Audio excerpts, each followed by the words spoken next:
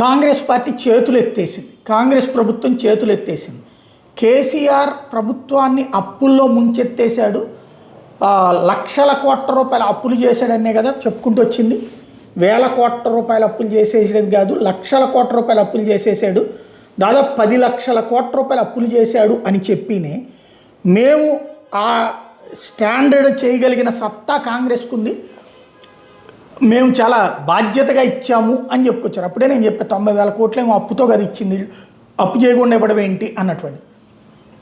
అయితే 6 గ్యారంటీల పేరుతో 2,500 రూపాయలు ప్రతి మహిళకి నెల నెల డబ్బులు ఇస్తాం, అలాగే పెళ్లి చేసుకునే ప్రతి ఒక్కరికి తులం బంగారం అని చెప్పుకొచ్చారు. సీన్ గట్ చేస్తే ఇంతవరకు ఏమీ లేదు, 2 ఏళ్ళు అయిపోయింది. ఇప్పుడు దాన్ని బీఆర్ఎస్ ప్రశ్నిస్తోంది. కాబట్టి ఇప్పుడు దాని మీద నా జూపల్లి కృష్ణారావు స్టేట్మెంట్ ఏంటి అంటే, మంత్రి ఈ 2,500 రూపాయలు చొప్పున కనుక మహిళలందరికీ ఇవ్వాలంటే 10,000 కోట్లు ఖర్చు అవుద్దట, అట్లాగే తులం బంగారం ఇవ్వాలంటే 4,000 కోట్లు ఖర్చు అవుద్దట.